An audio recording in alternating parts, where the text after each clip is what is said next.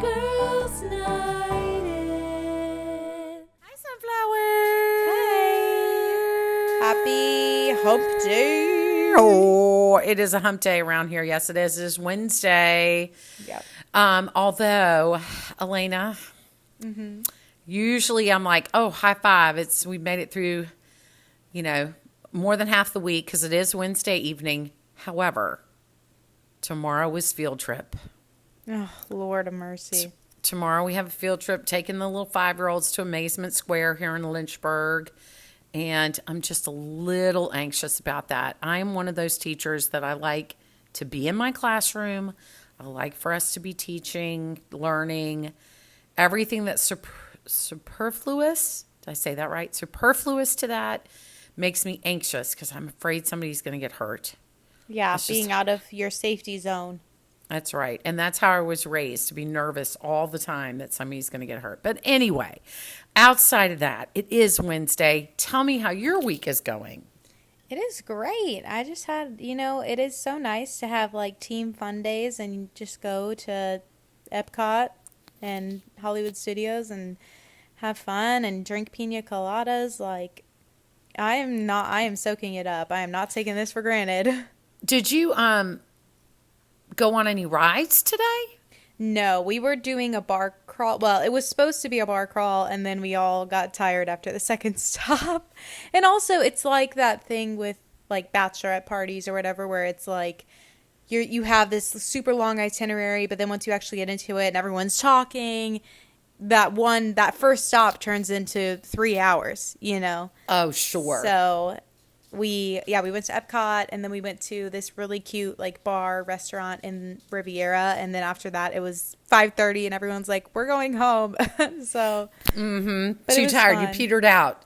Yeah. You peaked too early. Yeah. Just like your bachelorette party, baby. Yeah, that's the thing. You can't go too hard the first night because then you ruin the rest of the weekend. And you know what? We'll save that for a different time. That's for another day. Maybe we should do we'll do that when we do Mamma Mia. Okay, yeah. Yeah, But it's such a hard story to relive. So listen, I think it's a very common story, so you shouldn't feel bad about that. That is my comfort. That is my saving grace. It's like if there ever is a time to get that drunk, it is your bachelorette party. Bachelorette party, that's right. Yes, and we all did, so don't you feel bad. All right, Sugar Dumpling, what are we doing tonight? Well, I think you should announce it because I think you've been waiting for this. You guys, I'm so excited. I can't even. I love her so much. We are doing Life of the Party. Woo! Life of the Party with my Melissa McCarthy, who is, I'm going to tell you, she's my number one comedic actress, number one. And she's in like my top 3 movie actresses and even television actresses. I adore this woman. I think the reason why I love her so much is first off, I feel like everything that she does is off the cuff, brilliant improvisation. But then I also feel, I know everybody says this, it's that line from Notting Hill when the sister is like, I just knew if we met, we'd be best friends. And it's like everybody says that to every star, they're like, I just knew if you really got to know me that we would be best friends. And I just feel like Melissa McCarthy is one of those people that if you ran into her at like a spa day for women or whatever, she'd just fit right in and hunker down with your girlfriends and just be a normal girl, a normal, fun, silly girl. If her family and our family were next to each other on the beach, like, you know how you make friends with the families next to you? Oh my gosh. Absolutely. That's how I see that playing out. Yes. I am enamored with her. And I was when she was on Gilmore Girls. Mm-hmm. Like, her character too. I think I was really drawn to Suki because she was so positive and sweet and endearing, and which, as you and I know, the longer that we watched Gilmore Girls, the more we were not, I wouldn't say disenchanted, but saw the flaws more clearly in Lorelai and Rory, I even more appreciated Suki for her sweetness and her calm and her resolve and her practicalness and lack of drama. I felt like Oh, her character was absolutely. lack of It's drama. so funny, interesting to watch Gilmore Girls after seeing how far Melissa McCarthy has gone in her career. And it's like picking up on it now. It's like she's holding back her talent because she doesn't want to like overshine Lauren Graham.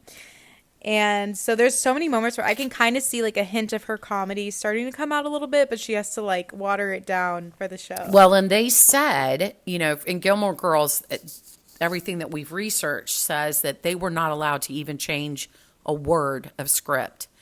And for somebody who is as gifted at improv, you're right. She would have had to have held herself back to even stay on script. Yeah, and speaking of the improv, I was listening to The Armchair Expert with Octavia Spencer. Yes. And Octavia, Dax, and Melissa, and a couple other famous people I'm forgetting, were all in an improv group together in Chicago, I believe. And then The Groundlings. Yes. Groundlings. Mm-hmm. And then I think they all moved to LA together. So like it's so cool to see like all those amazing actors come out of that. And she's definitely, I mean, she's a nominee, an Oscar nominee, yeah. Yes. Yeah. Mm-hmm. So she's a talented lady.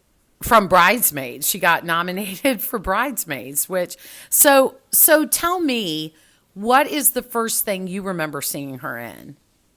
Gilmore Girls, I'm sure. Probably Gilmore Girls, yeah. And Mike then and what? Molly. I watched Mike and Molly a little bit. Bridesmaids.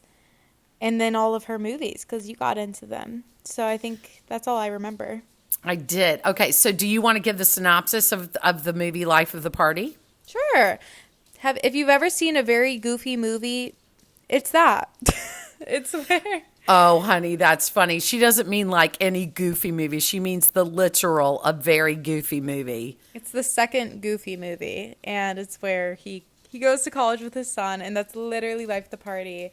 They're dropping the daughter off for her senior year of college, and as they are pulling away, the husband goes, "Yeah, I want a divorce." And, she gets out of the car and goes to her parents' house, and now she's trying to find her way. She had never finished college. They went to the same school her daughter is at now because she got pregnant with her senior year, and the husband said, well, we can only afford for one of us to go to college, so it should be me. So she never finished. She had one semester left to go in an archaeology degree. And so she decides now that her husband wants to divorce her, she is going to go back to school and finish what she started with her daughter. And yeah, not just any school. She's Yeah. going to go back to the same school her daughter is in. Yes. And hang around the same circles. And she's just not, and it's not just like, oh, I'm going to pick up some credits online. No, she is like, she has a dorm. She gets decked out in like all of the like swag. She joins the sorority. Like she is like doing the college experience, which like, I'm like, more power to you, girl. I love college. I love the college experience. And so I feel like I'd be doing the same thing if it was me. So here's the deal, guys. If you've not seen this movie, all right, I'm gonna tell you, I could not disagree more with Rotten Tomatoes.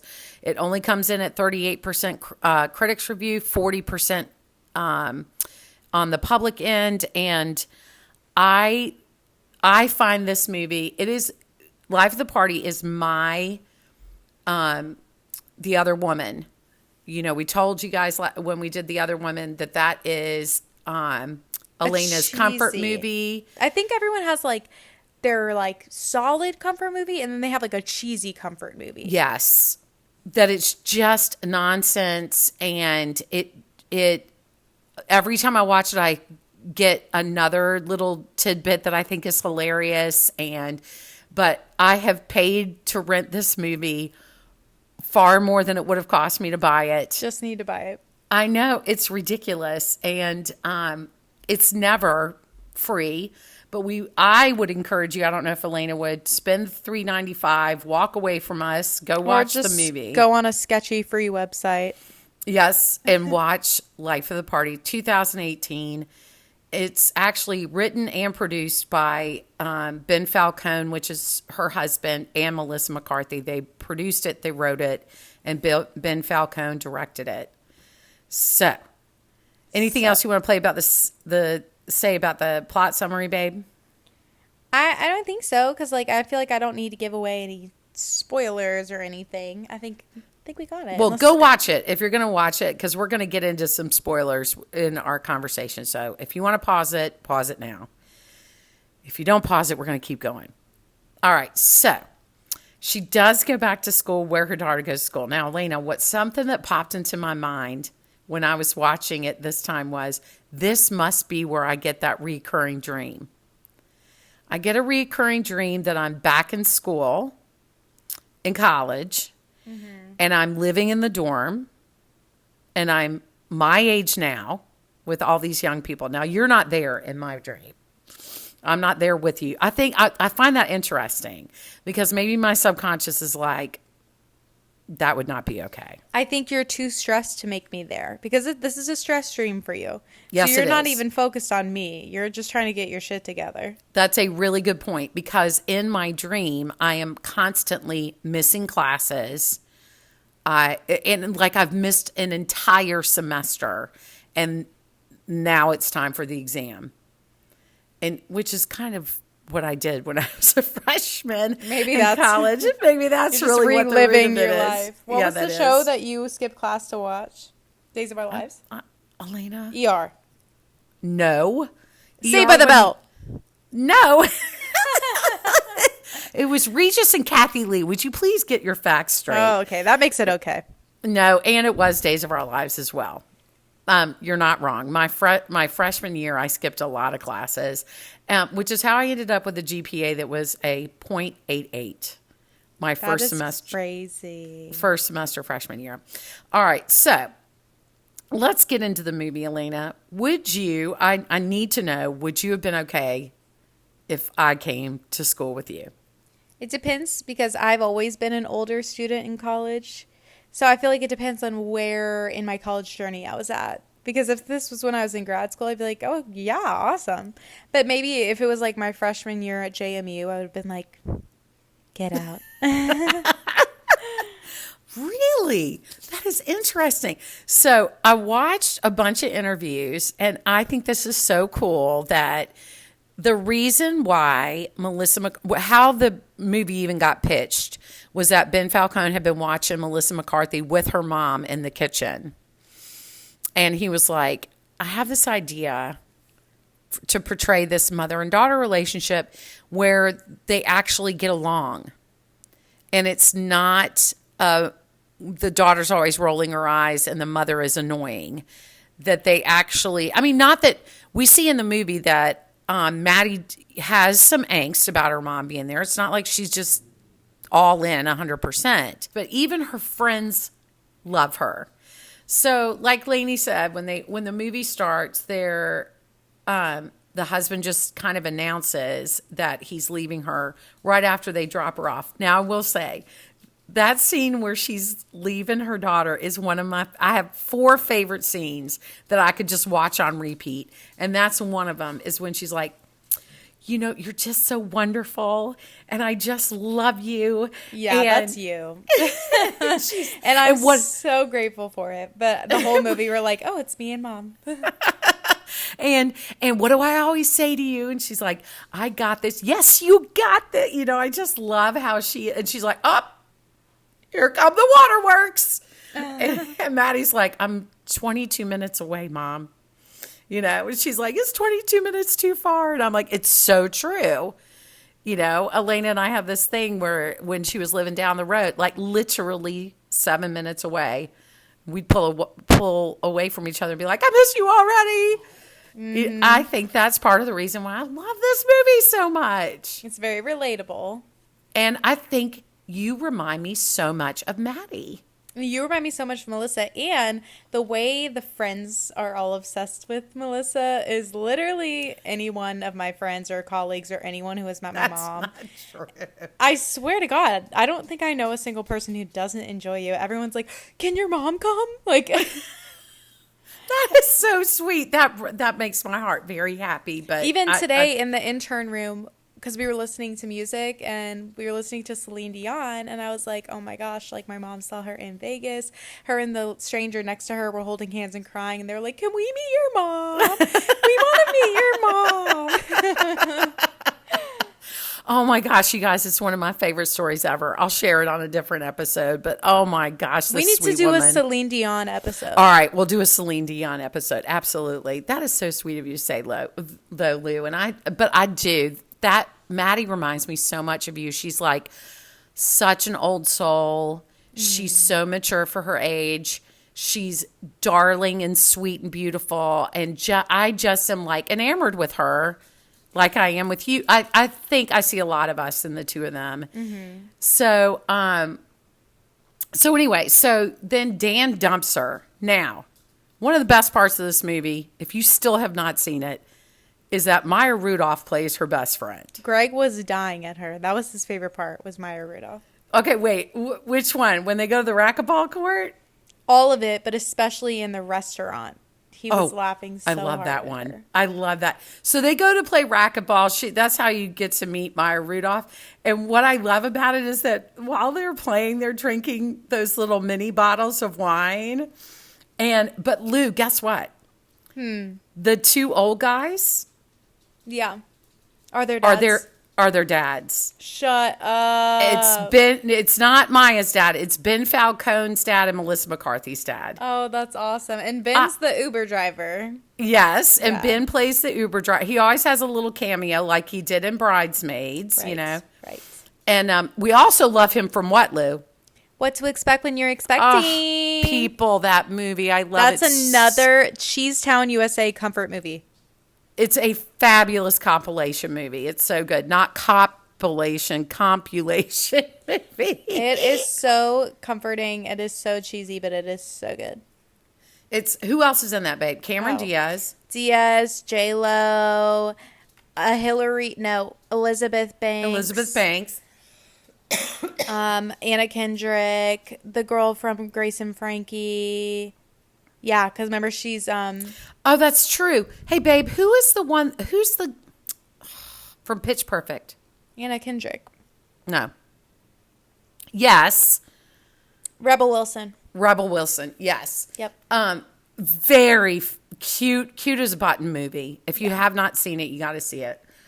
So Ben Falcone is in that. But so yes, he plays the Uber driver, which that was hilarious. And so her world is rocked. And however, she's like, no, I'm going to figure out who I am now. Like Elena said, she's like, I've been a wife. I've been a mom for the last 23 years. This is all I've done. And I'm proud of that. And I'm grateful for it. But now I need to figure out who I am. And there's a mean girl. Yes. What is her name? Oh my God. Wait, Debbie Ryan. And she, I thought, is a fabulous mean girl. She's so good at playing a bitch. Yes, Because she really is. Like obnoxious in real life. Oh, I you know what? I bet she's sweet as she can be. She's sweet. She's like weird in real life. Oh, is she? Oh, I'm going to send you some videos of her in interviews. You would think she's on like cocaine. I don't think she is, but she's just weird. She used to be on Disney Channel. There's this one interview of her. There's this one interview and she's being dead ass and she's like, I went to the CEO of Disney Channel and I went into his office and I put my hands on his desk and I said, I want to make history. For Disney Channel? Like, No. what? Yeah, like weird like that. No, I gotcha. Yeah. But the supporting cast is really good. I mean, you've got Maya Rudolph. The guy that plays her husband I think he's hilarious too. The kids, her friends, Maddie's friends, I think are so well cast. Yeah. Do you One of agree them- with that? Yes, I love them. The Coma girl is from Community, so we were excited to see her. Adore her. She's probably my favorite. She is so funny. But Debbie is my favorite, the girl that always says, "Can I say something? Oh yeah. Yes, Can I just say say something? it. Just say it." Because it's so true. There's always that one person who's like, "Can I tell you?" And you're like, "Just do it." She's like the girl from Wine Country that's like, may I offer some feedback? May I offer you some feedback? But she's also like the sweetest thing. Just has a total meltdown over her choice of major. And then when they're getting Maddie's mom, Deanna, into the sorority, she puts on they all have on like these latex masks, and she fully breaks out in hives. But she was like, but she knew she was going to, but she wanted to be a part of the group. Like, she's one of those, like, I finally found my tribe of people. She was probably a total loner in high school or felt left out. Mm-hmm. And I just love how she is so included in this group. And I thought it was a cool mixture of people. Did you agree? Would you agree with that? Yeah, it reminded me of some of the sororities on University of Lynchburg's campus because I feel like there's different kinds of sororities, and some of them are more like, we all have the same hairdresser and like we all are the same person. And this was one of those where it's probably not the like most popular sorority on campus, but it's a very like inclusive and like loving, diverse. And yeah. And that's how they were at University of Lynchburg. JMU, a little bit of a different story, but Oh, I gotcha. Yeah. I see I'm picking up what you're putting down. But I will say, I tried to find information on how much of this was improv. Mm-hmm. Because there's a lot of like one-liners that I'm like, they must have just come up with that. Like when Maddie says to her mom, "Go for the gold." and Melissa McCarthy's like, or at least medal. Just met, and I'm like, God, she just comes up with this crap. So, Google. And her Vagoogle. Well, you came out of my Vagoogle, so I have all the information's coming out of there. I will say there's a lot of, I would say unrealistic bits and pieces in there, like, Melissa McCarthy's character ends up having an affair with a frat boy. Would you say that that's a realistic? I could see that happening because boys, they want sex, and like an older woman who knows what she's doing. I could see that. I really could see it. And he's adorable, the guy that plays. Now, him being obsessed with her emotionally, I don't know about that. Oh, okay. I could see it where like maybe he does want to have a little sexual thing with her, but the whole him like being obsessed with her and texting her all the time and getting her favorite wine, I don't know about that, because boys in general are just don't work that hard.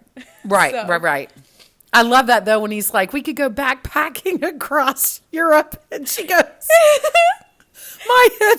my hips won't take that anymore. My hips can't do a backpack anymore. I've got to have wheels. The way she says it, like, you think she's going to be like, I can't, like, my daughter's here. But instead she's like, oh, I can't. My body can't handle a backpack anymore. Oh my gosh. And I love it when that interaction happens in the library, and she's blowing him off and just saying that was a one night stand. What happened last night is just a one night stand. And then they end up having sex in the library. And immediately, to me, this is like, yep, this is dead on. Immediately, she calls her best friend, Maya Rudolph. And it's another one of my favorite scenes of Maya Rudolph is answering the phone, and she can't understand what Melissa's saying. And Melissa's like, "I just had sex in the library." She's like, "What?" And she's like, I just had sex in the library. And she's like, You just had sex in the library? And Frank, her husband, sitting on the couch, and he's like, "Go, Deanna." Like, he's 100% behind her. Actually, it's like, that's amazing. My favorite, like, I love them together. Like, and he keeps getting hurt, but then she'll be like, "Come on, honey, let's go have sex in the bathroom." And he's like, "Okay." Because now Maya Rudolph is like, well, if she can go around having sex in public places, so can we. And he's like, yeah, but remember the last time you blew out your knee and I had to carry you out of Six Flags? And she's wearing socks with sandals and she puts them on the counter and he goes, ooh, fuzzy socks. Her face and her hair, Lou. Oh my God, with the little roll up at the end. She reminds me of, who's the lady from that 70s show? Kitty, with her hair like that. But oh my gosh. So another one of my favorite scenes is when they're in the divorce attorney's office. Oh my God. It went in Maya Rudolph. It's like, I've read a lot of legal documents and everything that the mediator is trying to say. She's like, I'm not a judge. This is not a placement. They're like, direct everything to me. I thought that scene, half of that had to be improv too. Yeah, that felt improv-y. And Julie Bowen, is that right? Yes. What's she from, baby? Modern Family. Modern Family. Played a character that you love to hate, man, right? She is so funny. Who did Greg say it reminded him of? No, we were laughing too because she's a real estate agent, and it's funny because Phil was a real estate agent. That's absolutely right. But it's those scenes, when all of them are together, I think are really brilliantly done. And I could see where they were ping ponging off of each other, which made me think that it was improv. It wasn't scripted, but I couldn't find an interview to confirm that. So I was kind of sad about that. But the scene where she is giving her oral presentation. What are your thoughts on like some of the jokes just going a little too long? Okay. What are you talking about? The oral presentation? Both the oral presentation, which made me feel like I was going to vomit, and the full velocity scenes. Okay. Where I just felt like it went on like one joke too long or like one repeat too long. All right. I appreciate that. Listen, it got obliterated for a reason. Yeah. I mean, I can appreciate that the full velocity. She's at a frat party and their toast is full velocity, but she keeps trying to say, but we also want equal rights for non-gender specific leave for maternity and like and they're like, no, we're just saying full velocity. I get that. But that scene where she's given her oral presentation, she improv that whole thing. And they were I watched this interview where they were trying to explain that the problem with that, I thought this was fascinating. The problem with them doing that is that then when you do take after take after take, but she's profusely sweating, they have to check, like if we want to keep this joke and not this joke and we want to edit it together, is she at the right proper amount of sweat in both of those takes in order for it to edit together and look like one seamless scene? And I had never thought of that if you have all that kind of in the moment makeup where it's like, and now she's more drenched and now she's got tissue all over her face and now she's, is her shirt as wet as we need it to be and all this kind of stuff. That all took such a long time. And this was done 2018. So there was computer adjustments that they could do, but not like you can do now, even 5 years later, where you could just practically do all of the scene stuff in post. You wouldn't have to worry about it while you're on set. But anyway, I thought that was funny. Now, what is your favorite parts of it? I love when she comes in when Debbie's having the freak out and comforts her. It reminds me of like who you are for my friends, because there have been multiple instances where one of my friends has been going through something and like we specifically schedule a time for my mom to talk to them to like help them through it, because that's just who she is and she has a wealth of knowledge. And so like it's cool to see Melissa McCarthy do that for her daughter's, her character's daughter's friends. I like that scene too, because the girls are kind of like, well, the Debbie is having a moment where she's like, I can't believe that. And I thought that was cute too, that she's like, why did I go into kinesiology? What am I going to use that degree for? And I'm in $47,000 worth of student loan debt. And that to me just seemed really realistic, like a moment that all of us, I think, have had. Anyway, I like the fact that she's giving them the advice, but my favorite part is when she's like, and you're just so wonderful, and look at you with your oh, I love that when the girl's like, I just don't know that I'm ever going to be in a real relationship. She's like, if you can't, the rest of us can't. She's like, if you can't use what the good Lord gave you, then what chance do the rest of us have? I mean, look at your buns. They're just like a 3-day-old loaf of bread. I mean, they're firmer, but they're still in the same shape. I mean, like all that kind of stuff. She's so encouraging, and just, I don't know. I just have this, I feel like because she plays that role so well, that is like, must be who she is in real life, that encouraging and loving. She said that the gal that plays Maddie, Molly, I think is her name, Molly Gordon, that she was like, Molly just had to get used to me hugging on her because I just couldn't help myself. She's Aww. like, I just had to have my hands on her. And she said, this is the kind of relationship I want to have with my daughters when they get older, because they have 2 girls. Aww. And I think that's another thing that really drew them to making this movie to begin with. And she said she's super close to her mom. Oh, I and love that. She wanted, I saw another interview where it had the other girls were in it. It was like on Ellen, it was a multi-person interview.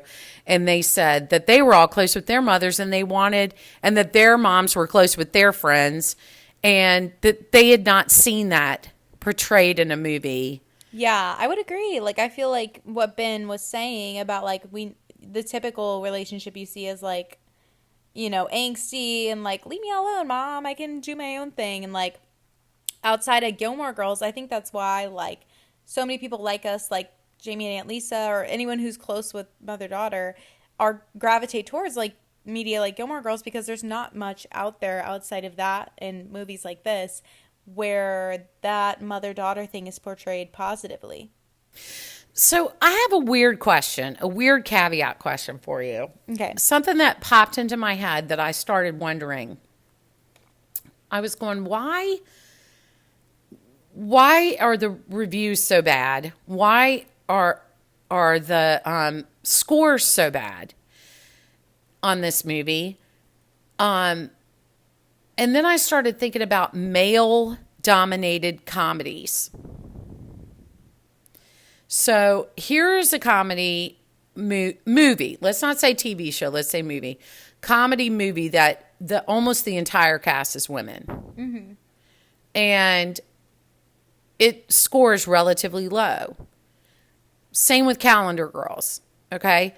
But when you look up Dumb and Dumber, Step Brothers, Talladega Nights, Old School, their scores are way above this.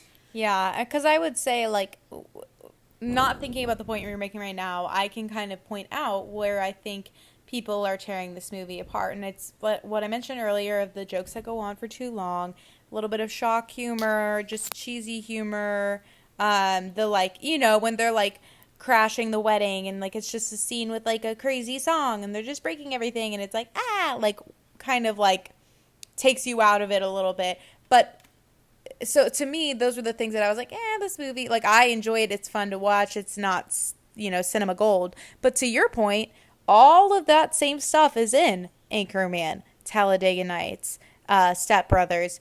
How come we are looking at those movies like they're I don't know. And this I don't know. I don't know. Why is that considered good movie making and this isn't? Because to me, like, for me personally, I also look at those male movies and I think, okay, this is funny to watch, but it's stupid. It's not anything that should be nominated for anything or whatever. But how, to your point, like, why is it scoring so much better when it's the same exact formula, but just all women versus all men? And I think it's because, like, society still can't take women seriously. Like, I still hear people say all the time, like, oh yeah, I just don't think female comedians are funny. And like, but why though? Because if a man said the same joke, you would probably be laughing. But for some reason, we've been conditioned to think, like, if a woman is doing comedy, like, she's just trying too hard, and it's like not funny because she's trying too hard, when really it's just a conditioning we have.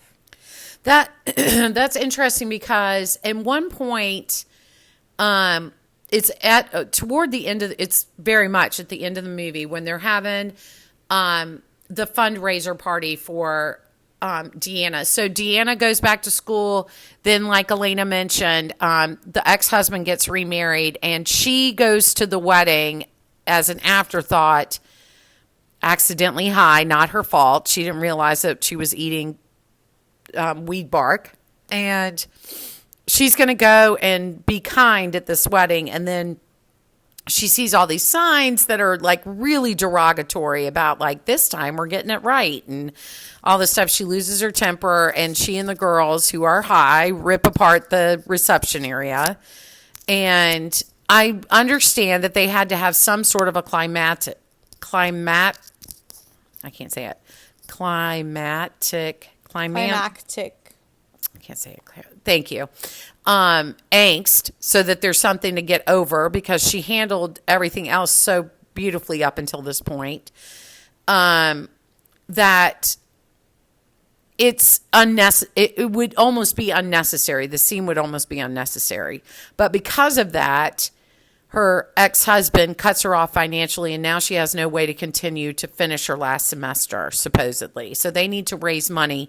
So they throw this really big party, and no one ends up showing up because it's the same night as a Christina Aguilera concert. And so they tweet out that Christina's going to show up after the concert to this party. And so they get absolutely slammed with people there. And then there's a fight, and two girls are going at it, and Melissa intervenes, and she says, don't we as women have enough going on against us to not be tearing each other down?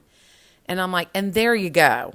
That's the message that has really been out there for the last 10, 15 years and gets stronger and louder every year. I believe that we need to be in support of each other, because it's going to take that in order for the change to happen that we all want to happen. Mm-hmm. And so the message of this movie, I think, is very much in line with G&I, of the women supporting women, and, heralding out there things that we think that women are women empowering. So why did it tank? Well, you said you were looking up on Letterboxd. Mm-hmm. While you're doing that, I'm just going to read a couple that were on Rotten Tomatoes. Okay. Richard Brody of The New Yorker said the pat drama and the mild conflicts of Life of the Party leave McCarthy with little chance to shine, despite her near constant presence on screen. Then Roxana Hadidi from the Chesapeake Family Magazine said, Melissa McCarthy stars in Life of the Party, which uneasily tries to mix messages about female empowerment and body positivity with cliched jokes about aging. That I kind of thought was a really interesting point. So we're sitting here in one hand and we're saying, think highly of yourself, and every woman is beautiful, and we're in women empowerment. And then at the same time, she and Maya Rudolph were kind of making fun of the older woman trope. So I thought that was kind of interesting. this one, Paul Burns from the Sydney Morning Herald said, McCarthy doesn't try to conceal her purpose. She has won her power the hard way, and she wants to use it for the greater good. That's part of what makes her the cultural icon she has become, the champion of the downtrodden woman of all shapes and sizes. And I love that. That to me is exactly right. That she has a voice now because she's become popular, and instead of selling out and not doing something that is showing a message that she believes in, she keeps putting out there those same ideas, and if people like it, fine, and if they don't, too bad. You know, I mean, if you look at, you and I were talking about this last time, or you were saying last time about the remakes of movies that have been done with an all-female cast, and you mentioned Ghostbusters. So if you look at her background, Melissa's background, of what she's done, so you're looking at The Heat, Ghostbusters, Bridesmaids, it's all female focused, and I think that's so cool. Yeah, couple of things there. So first of all, Greg coined the best term last night watching this movie. He said Melissa McCarthy movies are core mom-com. So it's a mom rom-com or comedy. And that's the thing I'm kind of collecting from this. I think Melissa McCarthy is incredibly talented. I think she's incredibly funny. I think she has paved the way for women in an incredible manner.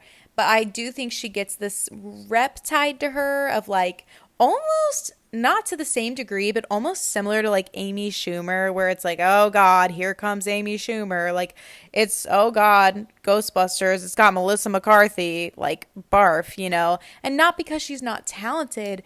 People just associate it with like, oh, well, that's for like wine moms, or that's, you know, the same way people put Meghan Trainor.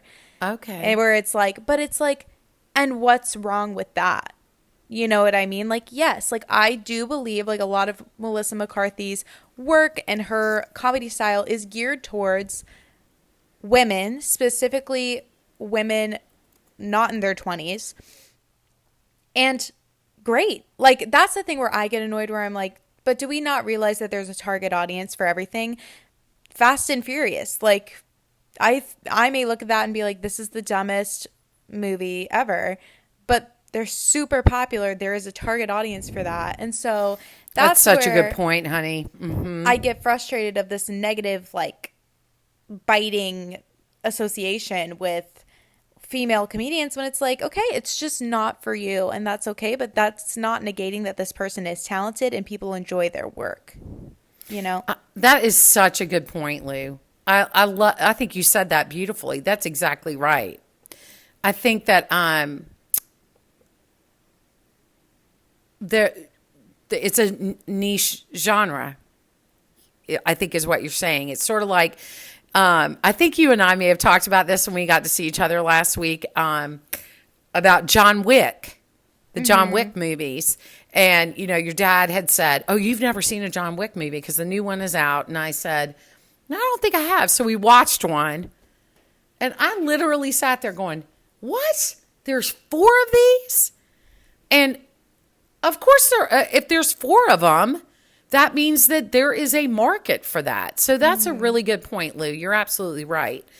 I will say, if you're looking for another Melissa McCarthy, if this wasn't for you, or if it was, and you haven't seen Spy, I love that movie.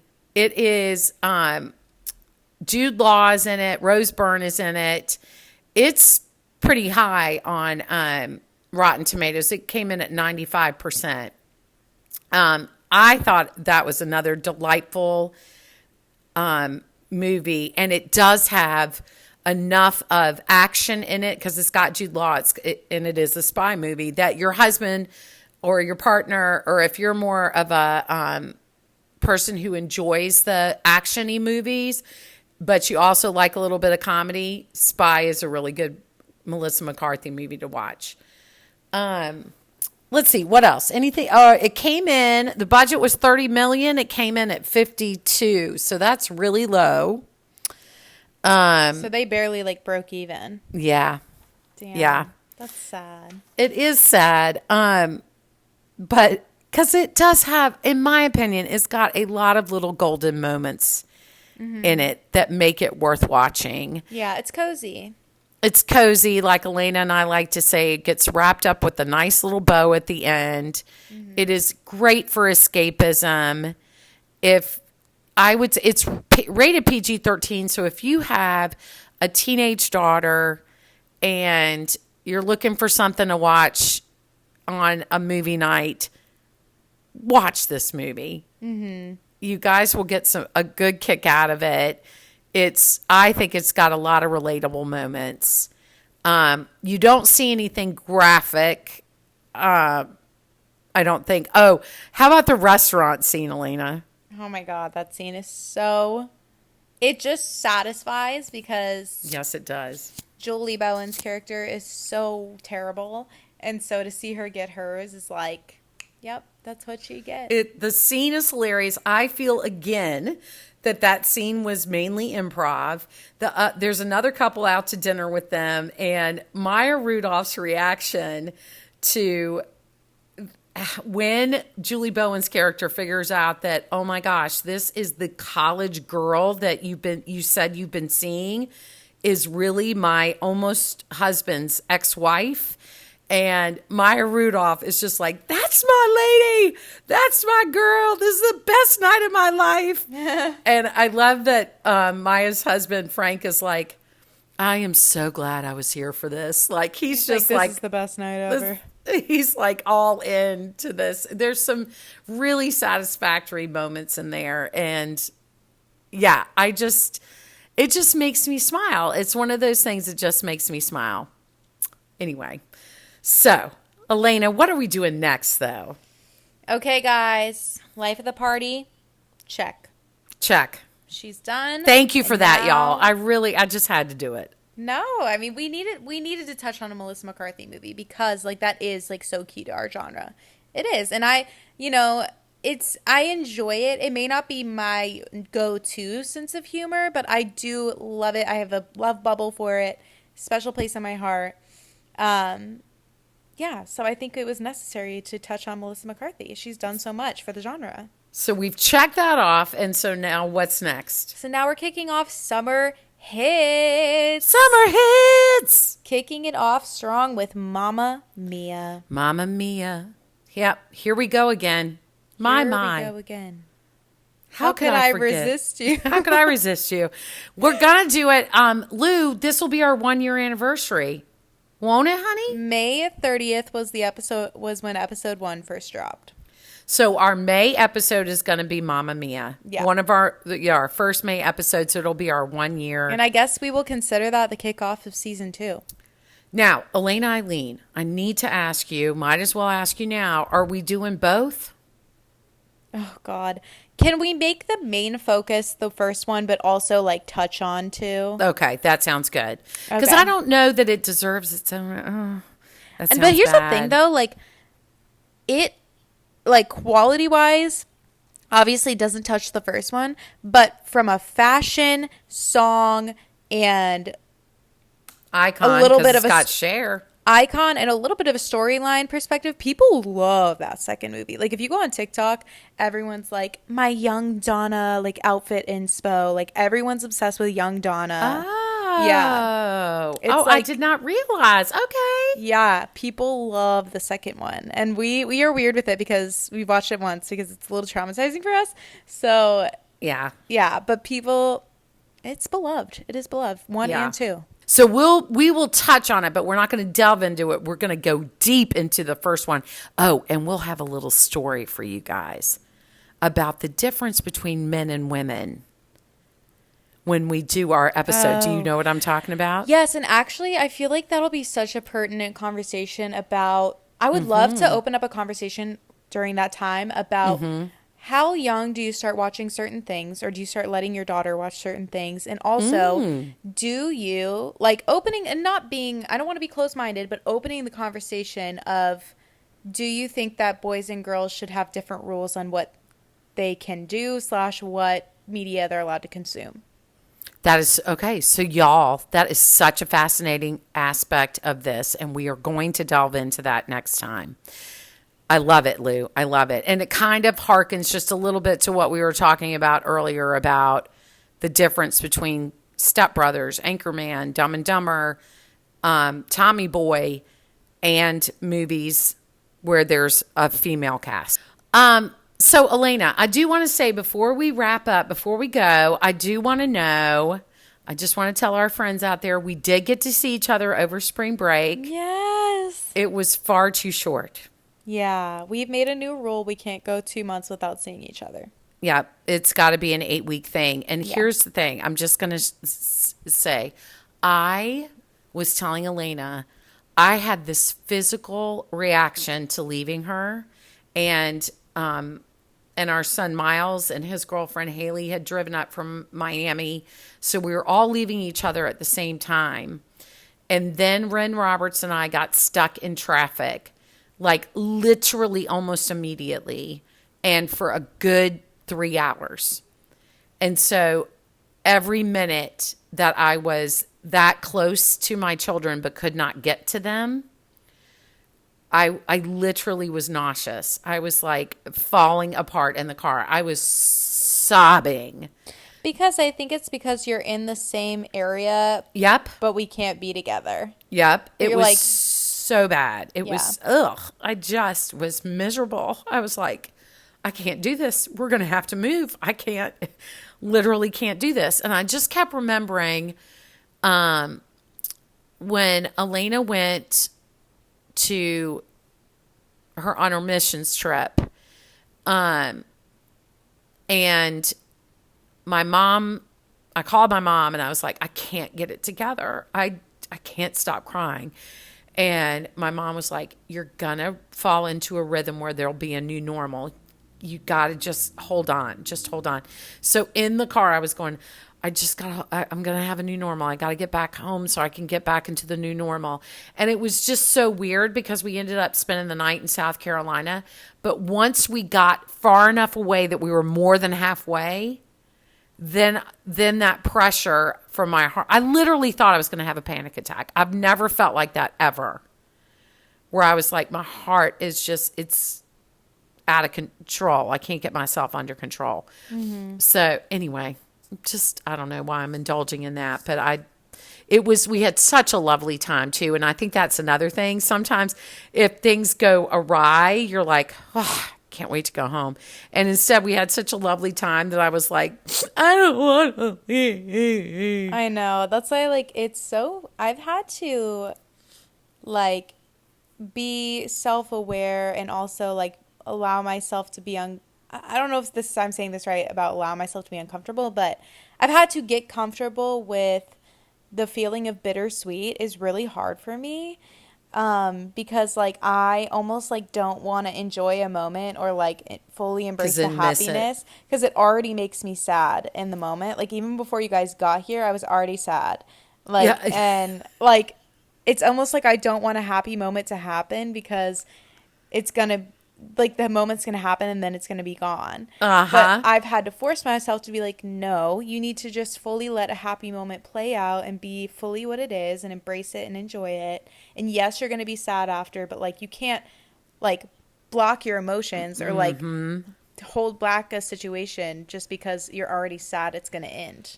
Right. And that's so hard. And but like with me not drinking anymore, it's the same thing. You're going to miss out on the good stuff while you're trying to numb the bad. Mm-hmm. And it's like, what are you willing to do that? You miss out on so much beauty if you do that. But we had such a great time, honey. And I just got to say, your husband is so amazing. I love me some Greggles.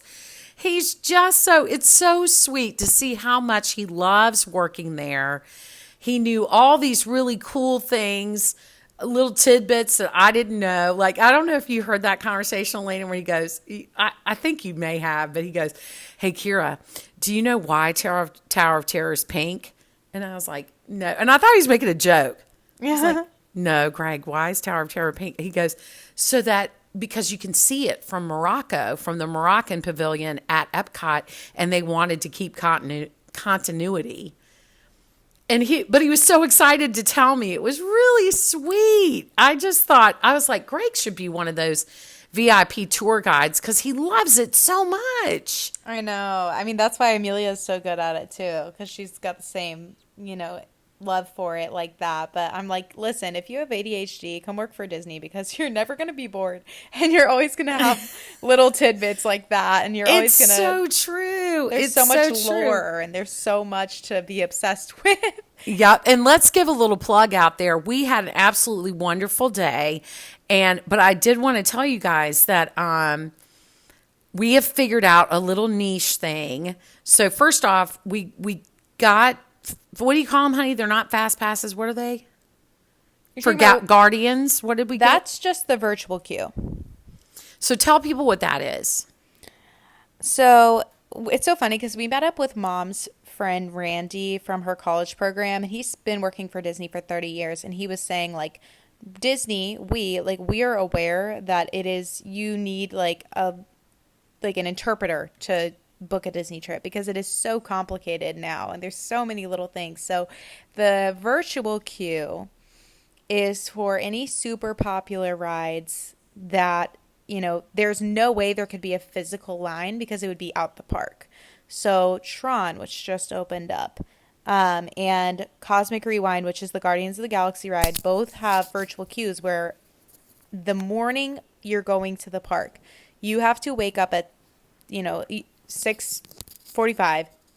You have to go on your laptop and get your clock. You know the clock where it shows you down to the second what time it is? Yes. You have to set that up, and then at 6:59:59, you have to refresh your app and join the virtual queue. And if you don't do it right at 6:59:59, you will not get a spot in line. And it is so funny how fast it goes because the morning we did it for our family, I had to do me and Mom, and Greg had to do the rest of the family because we were bringing them on separate guest passes. We did it at the same time, and same exact time. He got 9:30 a.m. I got 2 in the afternoon. Wow. So that's how crazy it is. And that's just to get standard line. That's not a fast pass. That just tells you what time to queue up. You're Yes. still waiting for an hour and a half. Yeah. So instead of being physically in the line, you get to go and enjoy the rest of the park. And then when it's your boarding group, you go and you get in the line. And you still might wait depending on the time of day because some people they'll miss their boarding time, so they'll come back later. Well, now the line's longer because all these people are coming back late. So that's why we prefer the earlier time if we can because there's no one that's missed anything yet. Right. But later in the day, you might still wait an hour to get on the ride. So they were able to do that. Greg's group was able to do that. Elena and I got back over there, and when we got ready to queue up, they shut down the ride because there was some sort of an emergency. It was a fire. There was a fire, so we were not able to go on Guardians. But I got to tell you, I didn't really care. All I cared about was being with my people. However, we decided half day to go back to our hotel and apartment and take a nap. And then we went to the studios in the evening. Now listen, people, because I feel that it's because the studios does not have as strong of a fireworks display that people leave the park earlier and go to other parks for their fireworks. And we were able to go right into Star Wars. And it was amazing. I'm a nerd. I was raised on the movies. It was very emotional. I was sad because my oldest was not there, and he is a big Star Wars fan as well.